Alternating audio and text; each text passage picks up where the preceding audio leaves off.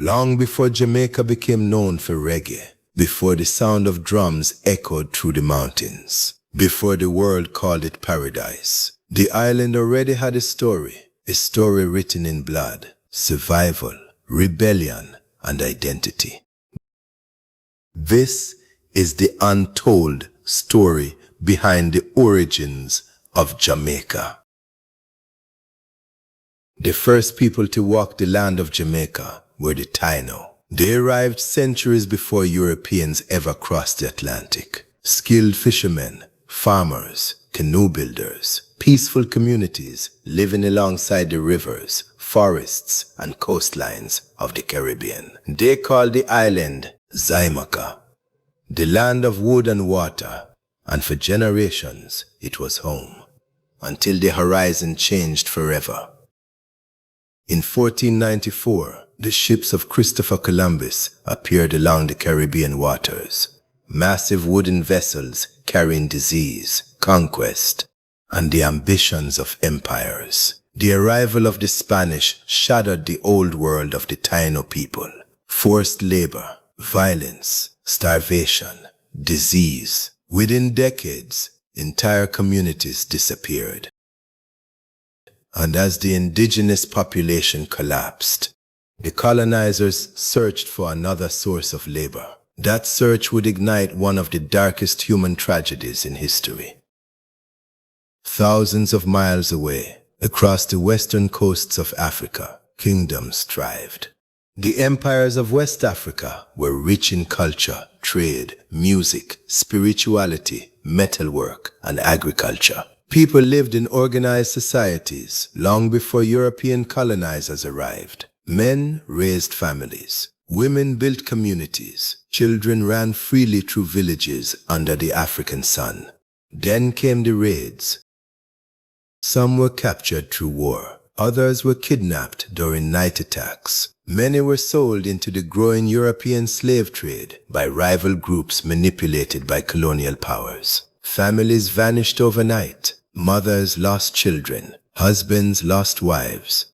And millions were marched toward the Atlantic coastline, chained together, never to return home again. The journey across the ocean became known as the Middle Passage, one of the most brutal chapters in human history. African captives were packed tightly inside slave ships for weeks, sometimes months. Darkness, disease, heat, starvation. The smell of death filled the air beneath the wooden decks. Many never survived the crossing. Some chose death over slavery, jumping into the ocean rather than living in chains. Others resisted. There are stories of rebellions aboard ships, captives fighting back against crews despite impossible odds. But the ships kept coming, and eventually many arrived in Jamaica. When the British seized Jamaica from Spain in 1655, the island rapidly became one of the most profitable slave colonies in the Caribbean. Sugar became king, and enslaved Africans became the labor force that built the empire's wealth. Plantations spread across the island, from sunrise to darkness. Enslaved people cut sugar cane beneath the burning heat. Punishments were brutal.